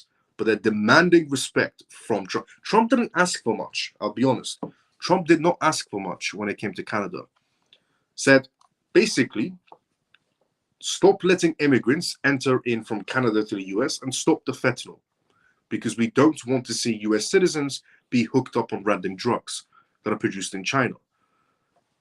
And then let's just do a trade where it's equal. And Canada said they're bullying them. Mark told the BBC the night before the election that he would only go to Washington for a serious discussion to be had that respected Canada's essentially sovereignty. However, economically, the US has the upper hand because about 75% of Canada's goods go to the US, making it its big market for Canadian companies. A much smaller 17% of US goods go to Canada. So Canada relies on the US about 75% of all their exports. And Canada thinks they have a hope in hell of any sort of... Trump has imposed 25% tariffs on some Canadian goods and a 25% tax on all aluminium and steel imports. However, he has left essentially out products essentially covered by the USMCA trade deals between the US, Canada, and Mexico. The election might be essentially the easiest part for Mark. During the campaign, he said that he was the best person to fight Trump and protect Canada's economy, which depends a lot on being able to trade with the US. It's interesting, the Liberal Party thought that Mark, who is now the Prime Minister of Canada, is the best person for Canada because he's the strongest person to stand in front of Trump for Canada. But in Trump's eyes, he is a weak, pathetic man that is easier to essentially manipulate a lot more than the other candidate that could have became Canada's essentially new leader, but he lost. The election might be the easiest part for Mark, essentially, and dealing with the unpredictable US president will be the ultimate test. Trump has threatened to use economic forces against Canada and has said that he will do so against its car industry and other sectors. The US-Mexico-Canada agreement will definitely be looked at again. Trump essentially signed a trade deal during his first term and called it the best agreement we've ever made, but he now thinks that it's flawed. It could be more important for Canada's economy. About 3/4 of its exports, including most of its oil and gas, go to the US. Meanwhile, European leaders immediately condemned essentially Mark and said they looked forward to stronger ties with Canada as it seeks partners other than its southern neighbor. The Prime Minister of essentially Britain, Keir Starmer, said he wants to deepen our economic relationship with Canada. The President of the European Commission also said the relationship between Europe and Canada was strong and growing stronger. Well, that makes sense because Canada is liberal, extremely liberal. So is the European Union. And so is the UK, but the UK is starting to adjust itself, to be fairly honest. The UK has started to become more normal, you know, with the new Supreme Court orders that are coming out and essentially protecting women's rights and protecting people's rights. The UK is actually following Trump's footsteps, which is good to see. Now, moving on essentially from Canada and US situations to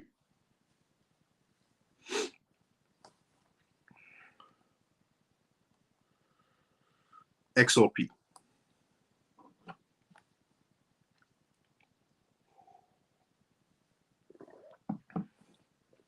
Actually, before we go to XRP news, let me share you one more news regarding major banks. Major banks lobbying for favorable stablecoin regulations.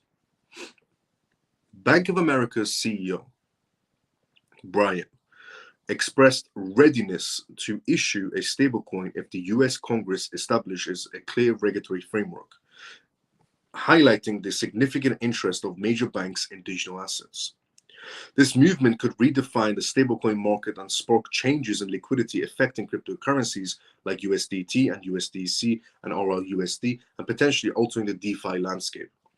Brian, the CEO of Bank of America, announced a preparedness to issue a stablecoin contingent on the congressional regulatory clarity. This illustrates increasing interest, essentially, and involvements from traditional financial institutions in digital asset arenas. Other key entities also include Tether and Circle, engaged in competitive tussle over market share. While lawmakers essentially strive to craft a considered legal framework, banks hope for laws that prioritize their interests. The potential entry of banks into the stablecoin market could transform the financial landscape, drawing substantial, essentially traditional capital and reshaping existing market shares. Tether remains a dominant force, forcing competition from expanding USDC offerings. The broader adoption of bank-backed stablecoins could trigger shifts in DeFi ecosystems, potentially influencing liquidity dynamics. Historical trends suggest that periods of market volatility and regulatory shifts affect major tokens and established protocols. Past regulatory scares, such as during 2021 and 2023, led to a temporary market disruptions in stablecoin issuance, impacting DeFi protocols. Historically, regulatory clarity essentially has either studied or disrupted digital asset marketplaces, echoing the current essentially dynamics. Experts suggest that the increasing essentially banked stablecoins could provide stability yet disruptive, essentially, traditional dynamics. Insights from on-chain analysis and previous regulatory encounters highlight similar, essentially, potential outcomes that influence market stability. Bank of America's CEO, Brian's statement that he's essentially saying that he's prepared to issue a stablecoin if Congress provides regulatory frameworks didn't just grab headlines. It underscores how seriously America's banking sector is now taking digital assets. He's basically just waiting for regulations to jump on the bandwagon of blockchain. That's the CEO of Bank of America. If you ever want a confirmation of, are the banks ready to join crypto, institutions ready to join crypto, well, the CEO is ready to jump on the bandwagon. That's Bank of America's CEO. Now, on the subject of banks, XRP. XRP overtakes Ethereum in Japan. Before I tell you that news, let's go inside the comment section. Let's see where we're inside the comment section and we're straight into that news.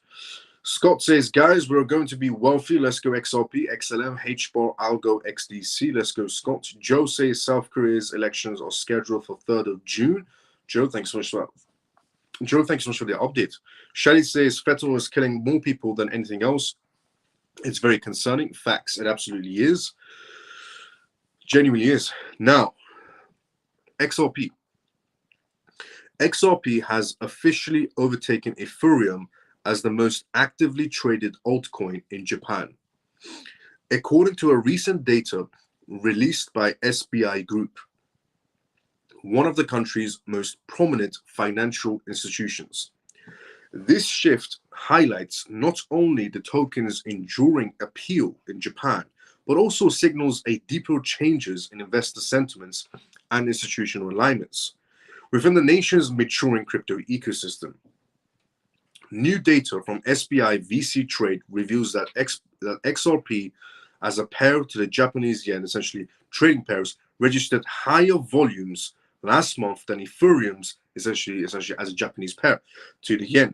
This milestone marks a significant change in Japan's altcoin landscape, as Ethereum has traditionally held the second spot behind Bitcoin. XRP raises to the top, essentially demonstrates both a surge in investor confidence and a strong preference for utility-driven digital assets. Interesting enough, SBI did say that this year is going to be the year where they start utilizing XRP. both a surge in investor confidence and strong preference for utility-driven digital assets. Solana and Dogecoin also made the top 5 list of most traded altcoins, but XRP's dominance over Ethereum is by far the most notable trend in Japan.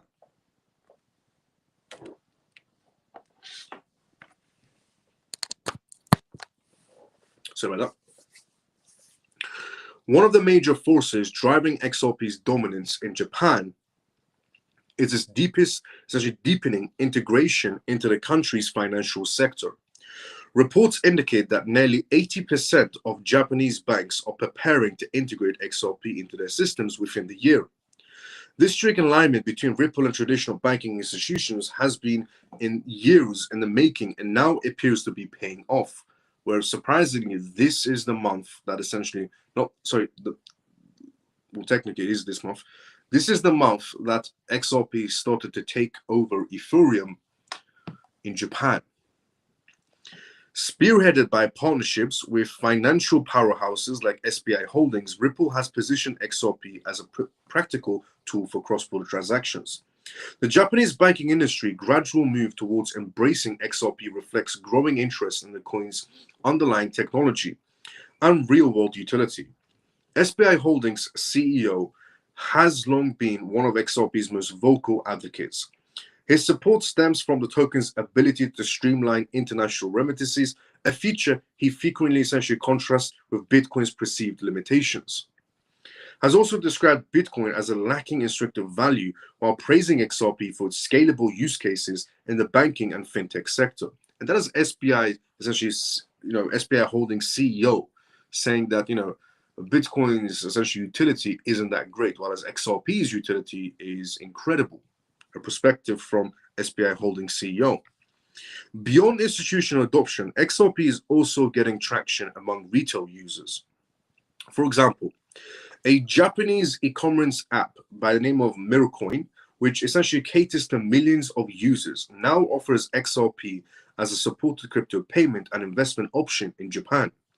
This move introducing XRP to a broader audience, particularly first-time crypto buyers. Former Ripple executive Emi has also noted essentially that a large portion of Mircoin users' base consists of newcomers to digital assets.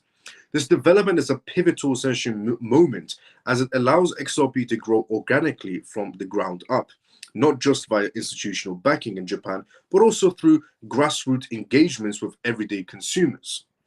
XRP's new status as the most traded altcoin in Japan is more than a statistical anomaly, but it's also a reflection of years of groundwork laid through this strict alliance. Regulatory clarity and public trust, as both banking institutions and individual users, the retail section, continue to adopt XRP at scale in Japan. Its dominance in the Japanese market may well serve as a model for other countries exploring functional and compliant crypto integration. With investor behavior shifting, financial institutions aligning, and consumer access expanding, XRP's trajectory in Japan showcases with long-term adoption looks like when vision, infrastructure, and market readiness come together. The timing is all interesting because as we're coming to the SEC Ripple ending, as essentially it has ended, but on paper is what I'm suggesting. As we're coming to that ending, as SBI said, this is the year that we're going to be utilizing XRP. The data is showing that not only in terms of institutions, but in terms of the retail section, XRP has taken over Japan.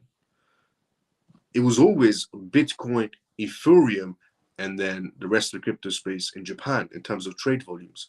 Now it's Bitcoin, XRP, Ethereum. And there are retail section apps that are also utilizing XRP in Japan, and a lot of users organically from the retail section, everyday consumers, are starting to use XRP in Japan, which is incredible news. On that note, that the patience for the XRP users will definitely pay off.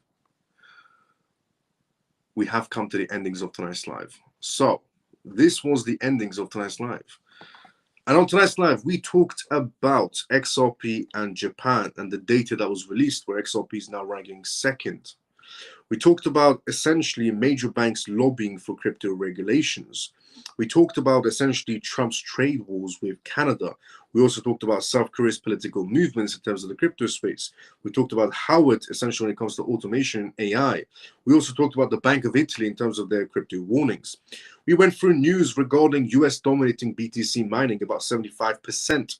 We talked about also on tonight's live regarding Beijing's essentially blueprint for what's going to be happening in terms of blockchain, how it's going to be adapted into every single department and sector. We talked about the PCI inflation data that's going to be revealed today and what implications it could have on the crypto space.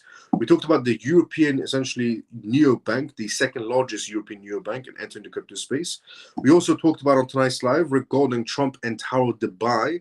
We went through news regarding the US Secretary Howard announcing the first Trump administration trade. We talked about how on tonight's live also regarding China's diplomats and their plans for taking over the US and the Chinese government's essentially perspective and eyes. A Bloomberg report that was released. We also talked about on tonight's live regarding the UK and US 4G lines, and we talked about on tonight's live regarding the XRP dot pools once again, which is just absolute complete nonsense. But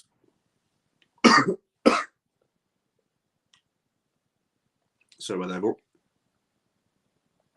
Sorry about that.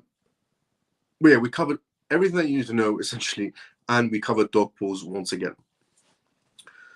Just want to say, if you're watching this for the first time ever, this was the CMF Live. This was episode 305.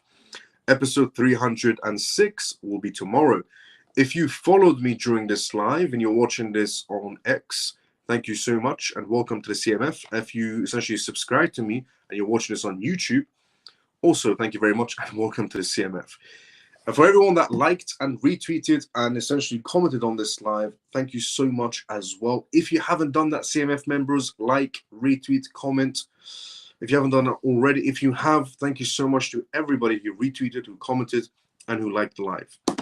And let's go through the conversation first before we do call it a night. Let's see where we're at. Good night, Miles, and all the CMF. Thank you for a great live. Let's go XRP. Let's go JP. Night, Miles and CMF. Pablo, see you tomorrow, same time as usual as well. Australian federal election is this Saturday, 3rd of May. Shelley, thank you for the update. And JP, see you tomorrow, brother, same time as usual. Pablo, see you tomorrow, same time as usual. Great Intel, Miles. Let's go. Happy Pisces. See you tomorrow, same time as usual. Great. Good night, Miles and CMF. Mike, see you tomorrow, same time as usual as well. Great live. Take care, Miles and CMF. Ray, see you tomorrow, brother, same time as usual. Thanks, Legend. Night and day, CMF. Let's go, Shelley. See you tomorrow, same time as usual. Night, Miles and CMF. Brilliant live as usual. Well, we all thank you for sharing your valuable time. Let's go, Joe. See you tomorrow, same time as usual. Thanks for the kind words as well. Night, Miles. Thanks for all the informative news. See you same time tomorrow. Let's go, Autistic. See you tomorrow, same time as usual. Susie, night all. Great show. Let's go, Susie. See you tomorrow, same time as usual. I will see everybody tomorrow, same timing as usual, 11:25 p.m. onwards, London time. See everybody tomorrow, same time as usual. Everybody have a great day, a great night, depending on where you are around the world. This was episode 305 of the CMF Live. Episode 306 will be tomorrow, so tune in. If you followed me or subscribed to me, thank you so much. If you retweeted and liked this live, thank you so much as well. See everybody tomorrow, same time as usual. Everybody have a great day or a good night.